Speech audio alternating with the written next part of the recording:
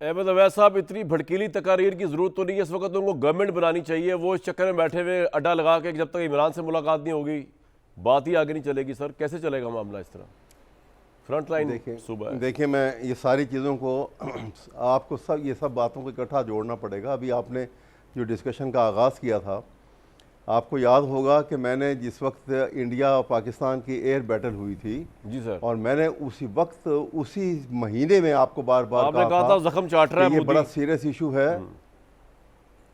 और मैंने कहा था जख्म चाट रहा है। और ये भी मैंने कहा था कि अक्टूबर और नवंबर ये फौजें लेकर आएगा, तंग करेगा, और दोनों ये लड़ने के लिए नहीं आएगा, ये बॉर्डर पे फौजें लाएगा और हमारे इन्हीं दोनों सूबे जो हैं यहाँ पर डिस्टर्बेंस क्रिएट करेगा अफगानिस्तान के थ्रू, इनका गठजोड़ जो हो रहा है।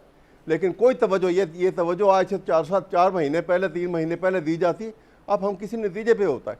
लेकिन एक तो हमने, देखिए बात सुनिए, ये समझ लीजिए कि अभी मैं आपसे जो गुफ्तगू कर रहा हूँ, मैं किसी पार्टी से समझ लीजिए मेरा ताल्लुक नहीं है, ठीक है। मैं एज ए नेशनलिस्ट बात कर रहा हूँ कि जो मसाइल इतने बढ़ के सामने आ चुके हैं कि इनको सुलझाना जो है वो बहुत मुश्किल नज़र आता है।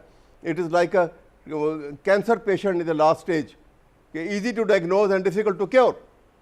देखिए सूरत हाल ये है कि ये यहाँ पर दो चीज़ें, हम कहते हैं कि अफ़गानी हमारे ख़िलाफ़ क्यों हो गए। अफ़गानी तो हमारे साथ एक मौके पर तो बहुत अच्छे थे।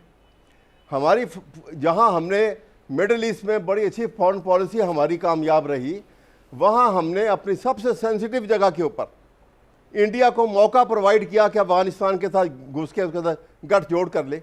और 2 मौके हमने प्रोवाइड किए, एक परवेज़ मुशर्रफ ने किया और दूसरा में भी उसके पीछे इस्टेब्लिशमेंट थी या कोई, मैं नहीं जानता, लेकिन वो जो ये था अनवरुल हक काकड़ ने किया। क्या ज़रूरत थी उस वक्त 30, 35, 40 लाख अफगानियों को छेड़ने की एक केयर टेकर प्राइम मिनिस्टर को? यह काम हुकूमत, जिस तरह आप, कितना सेंसिटिव इशू है, कितनी बड़ी बातचीत हो रही है, ये बातें उस वक्त ये गवर्नमेंट बनने के बाद भी हो सकती थी। कितने अफगानी आपने निकाल दिए, लेकिन आपने सिर मुसीबत डाल लिया।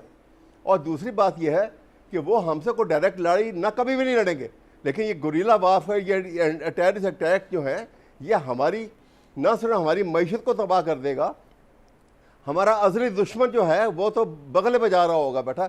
वहाँ इतने दिन ये किस लिए बैठा रहा है?